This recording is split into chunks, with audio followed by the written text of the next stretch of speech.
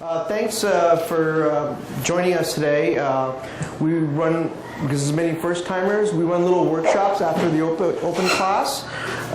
I've been given exactly 20 minutes to teach you everything about memorization and solve all the issues in our Korean school system by teaching you teaching and learning strategies with Korean textbooks. If you guys could help me out, because this will eat my time, perhaps, if you could take one and pass them along. This is the actual article, and if I could have one copy, please.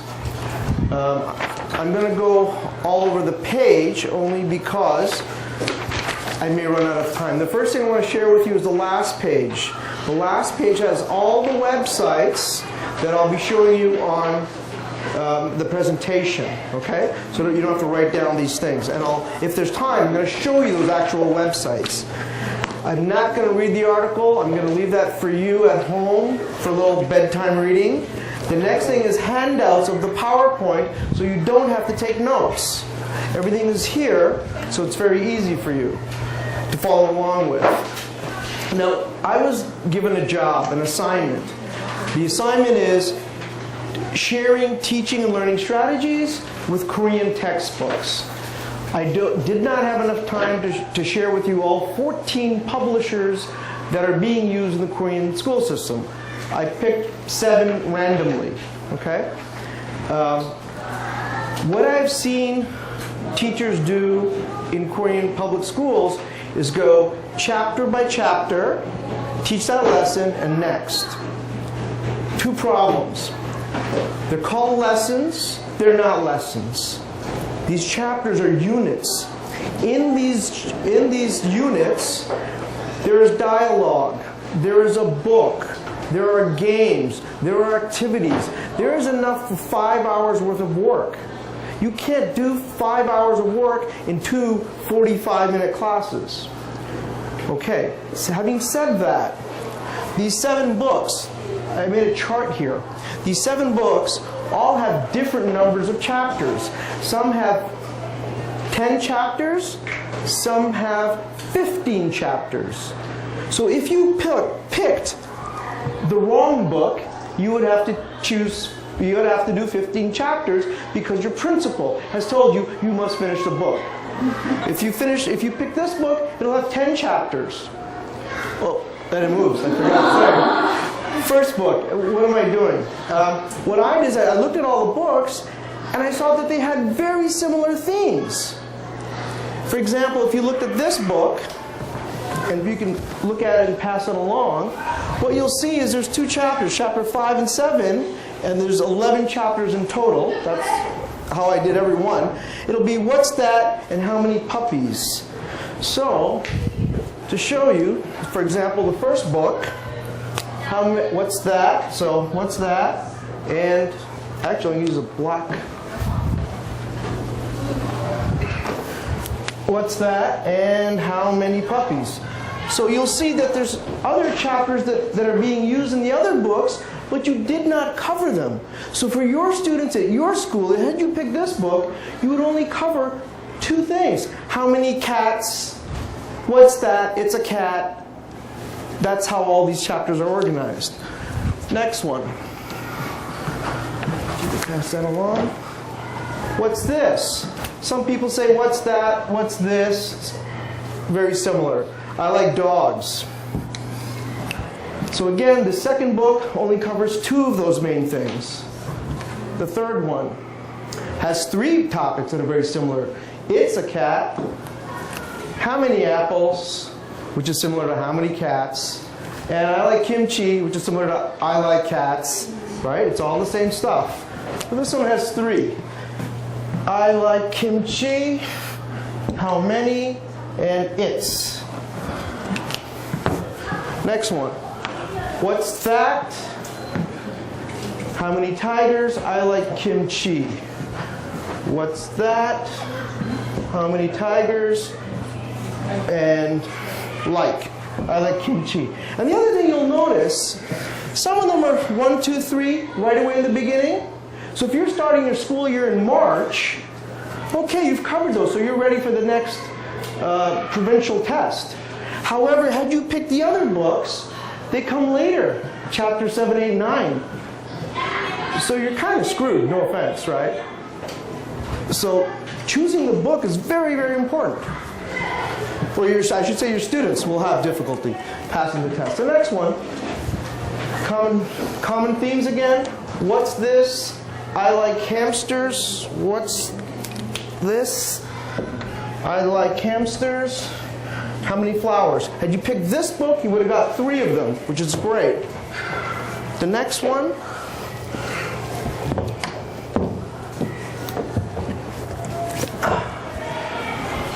has 12 chapters, and look, it goes from 2-8 to 10. So if there's how many questions on your standardized exams in the beginning of the semester, your student would have a lot of trouble. He would naturally not do well. So how many pencils? What's this or that? And I like. So there should be 4 commonalities, not 3. It's so how many, I like, and what's this or that? And the other one was, of course, it's something, right? Thanks. So we've covered 7 books. 3 of the books cover 2 topics. So your students lose out the other 2 topics. 4 of the books cover 3 topics. So all of them are missing one key, at least one key topic. And so your students are losing. So what am I suggesting as a teaching and learning strategy? 1, integrate all the chapters. Integrate these things and teach a unit rather than go chapter by chapter as if it was a Bible. Like, this is the only way to teach. No, there's other ways to teach. And why integrate? Number 1, time constraint. You don't have the time. You've got those 2 mini classes, and so you've got to make power lessons. Number 2, scaffolding. Once I teach something like let's pick animals as a theme, like it's a dog, it's a bird, it's a cow. Once I've taught that, I can scaffold. Some people think, oh, it's a new thing. But no, it's a common strategy back home. You build on the knowledge that you've taught before, right? Number 3, and this is where Miss Kim comes in with memorization. I gotta plug that in somewhere. When we look at Bloom's taxonomy, just as a show of hands, how many people know Bloom's taxonomy? I usually say 10%. I'm seeing again something like 15%. Okay. Dr. Benjamin Bloom, he passed away about 10 years ago. What did he do? He made a design. How do people learn? Well, the first thing you got to learn is the ABCs, the building blocks. Then you understand how to piece them together. Then you apply it and you make and you use it. But then you can analyze things, evaluate, and essentially the highest level is really creating things, judging things, being more critically analytical. So lower order thinking skills, higher order thinking skills. The governor, as he's called, of Chungnam Province of Education, he's focusing on this. Get them to remember. The Korean teachers here will often say memorize. Eesh, that kind of bothers us Westerners because we want to go beyond that. We want to take them to the highest level possible. But rather than say memorize, I think for us what would be a better word is remember. And that's really what they're trying to get at. So that it's in the memory banks and they can pull it out and use it rather than being rote memorization. So that's the memory part of this. And the last thing, as a teacher, you don't have time. There's always something to do. Getting prepped, getting ready for the next thing. So once you've done this, integrated the things, this theme, you can use it again and again, but in different ways. If you're using animals, it's an animal. What's this or that? It's a dog. Do you like dogs? I like dogs. How many dogs do you see? 5 dogs. You get the idea. You can do the same thing over and over. And by that repetition, you've done it all. The other thing about integrating is, once you talk about animals as a theme, you can include geography. Talk about wild animals from Africa. Animals that live in the water, You can get into science, obviously, life cycles, singing songs, music, obviously English, mathematics, how many cows, 3, art and design as well. So, what is all this curriculum integration? Well, really the focus is developing abilities and skills. That's what you're focusing on, rather than departmentalize only one thing. You want them to have a skill once they leave the classroom.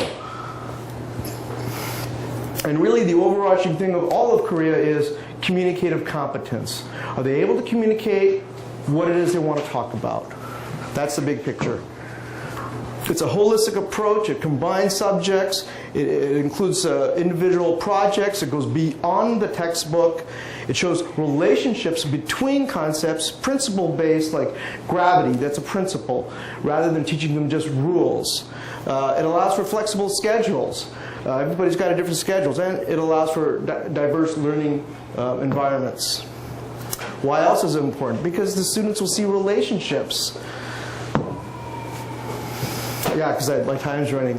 Why is this important? Because once it's authentic, once it's real for the student, they are engaged. They personalize the education rather than being forced. You must learn this. They take ownership of learning the stuff, and that will lead to communicative competence.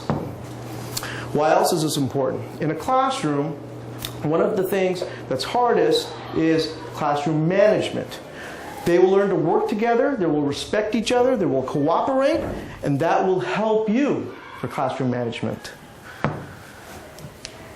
And why else is this important? Because they'll become responsible and engaged. Once that happens, learning happens, and that's all you care about, really. And a sense of community. The bigger picture of learning, it's not just, oh, did the child learn the 27 animals I've got to teach him, but have they learned to work together? Because when they grow up, they have to come and work in a big office. And I think a lot of you will see in the big office, some people didn't go to kindergarten and they don't play well as adults, right? So teach them now to be good human beings, and I think that's one of the moral characters, citizenship. Why else is this important? The assessment. The assessment is authentic. And once you have real assessment, the grading is easier. It's real education as opposed to arbitrarily giving them a multiple choice question, right? And if I'm speaking too fast, I'm sorry. It's just that the time constraint always bothers me, so I feel like I have to rush, but I'll slow it down. Why else is this important? The student. That's why we're here. Well, people learn at different rates. People have different learning styles. Gardner. People have different knowledges and experiences. The poorer child may not be able to have as many opportunities to see the world. The richer student may go to the Disneylands, Everlands, the zoo, and some children don't. And so you're going to have such a diverse group of kids that you want to be able to accommodate for all of them. So how do we get started? Well, I found these as a common theme. The repetitions and the phrases, because this will be on the test. I'm using animals to fulfill my objectives. Plan ahead, obviously, because it's going to take time. Work with other people in your building, because you're all going to be doing similar things. Put it into action. Then the last thing, and this is so important, celebrate learning. The kids have worked hard. Put their artwork on the outside of your classroom or in the bulletin board in the classroom. They feel validated. Yes, oh, my stuff is up on the wall. I'm the movie star. I feel good about learning. Once they feel good about learning, it makes your job a lot easier for the next time, whatever the next project is, because they'll want to do it. And again, animals being the theme. There's a variety of skills. You can do so many different things. You can read about them, look at them, compare them, vocabulary, description, comparison. Reading books. I always have different kinds of classes, and I ask teachers, how many of you read books to your children? I see 1 out of 10. Let's have it here. How many people read books to their students? Please, share. 1? Wow, worse than I thought. No, really, right? 2, thank you. To use my son as an example, okay? He's a smart kid, but Oh, sorry. But when I started reading books to them at the age of 3. Every night, I started with 1 or 2. Sometimes it would be 13. I was exhausted. By the age of 5, he could read at a grade 3 level. Right now, he's 6 years old. He reads at a Korean grade 9 level. The first things, think of all yourselves. How did you learn Korean? Did you just come up, 안녕하세요? No. You were babies. Did you speak the first month? No. The research shows, and it all comes from the University of Western Australia, listening. You got to listen to the language for the first year or so. Then you can throw it out slowly. Same thing in English. Read them books. Give them stories. Oh, my English isn't that good, Monty. There's CDs. Use a CD to read the book. Oh, I don't have money, Monty. Use the internet. Now we have books that read aloud, right? And I'll show you these things. A vocabulary is my suggestion to Miss Shim was have a word wall. I don't see this in Korean classrooms. In the West, it's mandatory. Your principal comes in and checks. Where's your word wall? You don't have one? X. Gives you a bad look and leaves.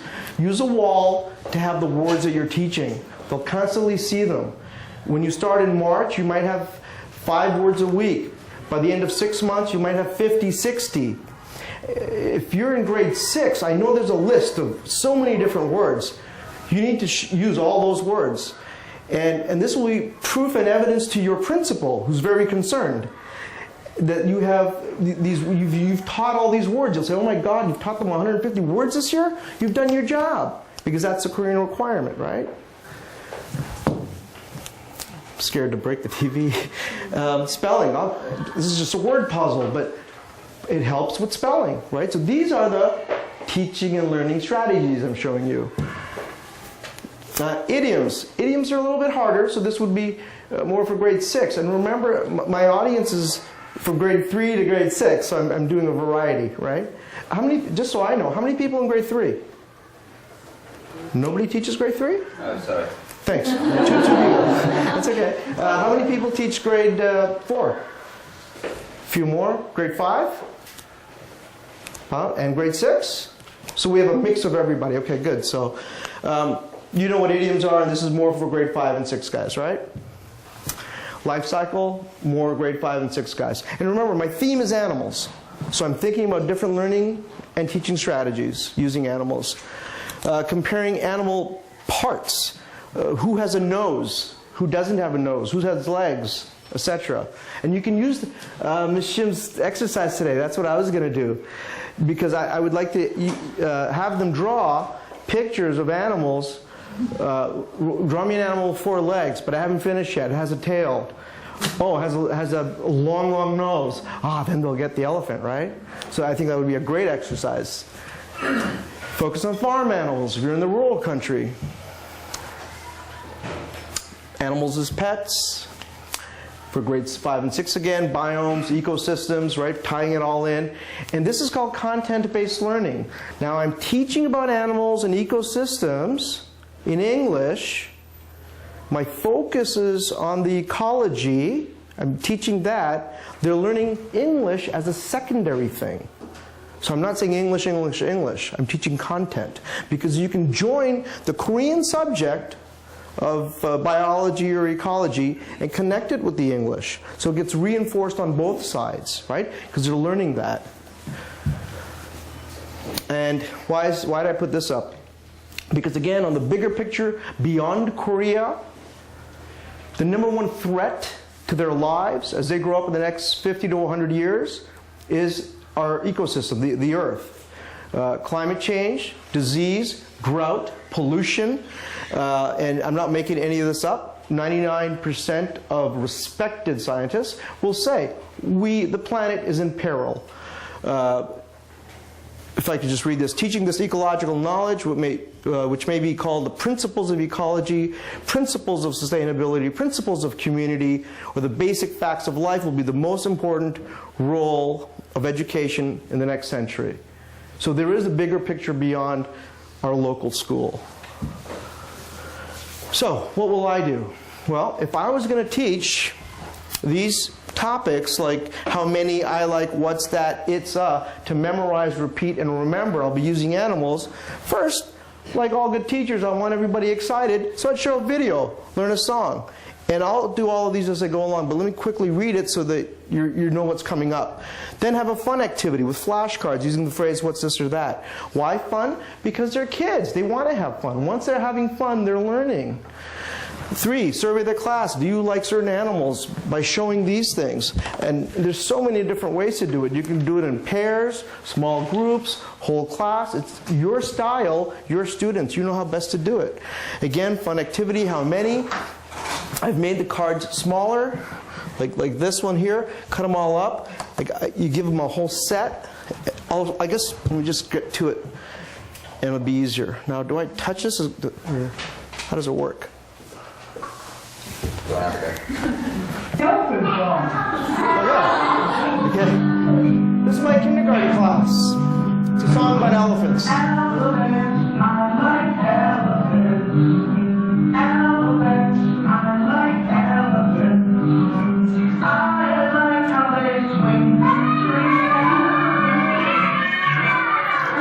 Elephants don't sing through trees, so it's an opposite song, right?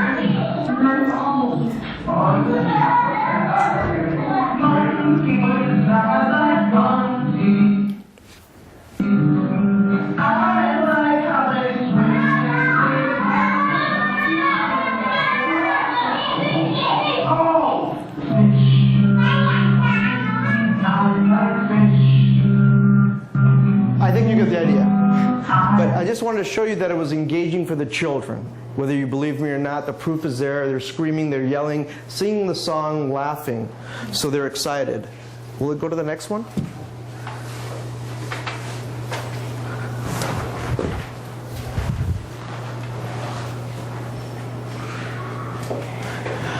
Pre-teach. Some people do it, some people don't. They say that this is very important. So I do it. I listen to the smart guys. They say pre-teach the vocabulary with flashcards using the phrase, what's this or that, right? So I'm knocking this out. What's this or that? And obviously I'd use the big ones like this to show all the animals and say, what's this, what's that? And I would have all those animals on the back bulletin board or maybe the windows or anywhere I could so they could always see them. Because every day is not a test. It's a learning opportunity. It's a time to spend, look, touch, and feel the material, right? Play a game named Pictionary. How many people know Pictionary? I know Westerners do. Other people don't? Okay, you two guys, come on up here. Come on, don't be shy. So, to help our Korean colleagues learn the game of Pictionary, can you bring one chair? Make your life easier. Whiteboard, have a seat. Thank you. Okay. His job, this is the game that I would play. Your job, sorry, is to draw. And I would give, I don't know, I'd give, he can't see, right? Oh yeah, perfect. Right? So that's the word. I saw it. All right, let's try again. Okay? All right. So this is a game. He sees the picture. He knows what it is. He's got to guess what it is. Go ahead and draw. We'll give you like 10 seconds or 15 seconds.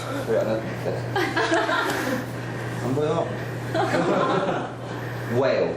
Okay, yeah, you keep pointing. So he's going to say, what's that? He's going to say, it's a whale. It's a whale. Very good. Now you can do this. You can do this in small groups if you feel better, or if you have a smaller class, 2 teams, and one person draws over here. He guesses. If he didn't guess it right in the time, then the other team gets a chance to guess and make a point. Okay, just want to show you the game. Thanks, guys. What's next? Survey the class using phrases. Do you like?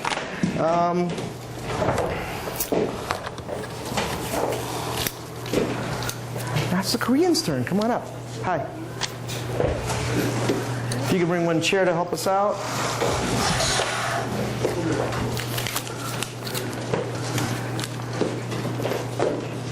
Have a seat. And this is because I can't do it with everybody in a large group. We have time constraints on modeling, right? So you have a deck of cards. You have a deck of cards. Flip one up. Ask her if she likes it. Do you like this so-and-so? And you say yes or no, I don't like that so-and-so. Go ahead. Do you like giraffe? Show the crowd. Do you like giraffe?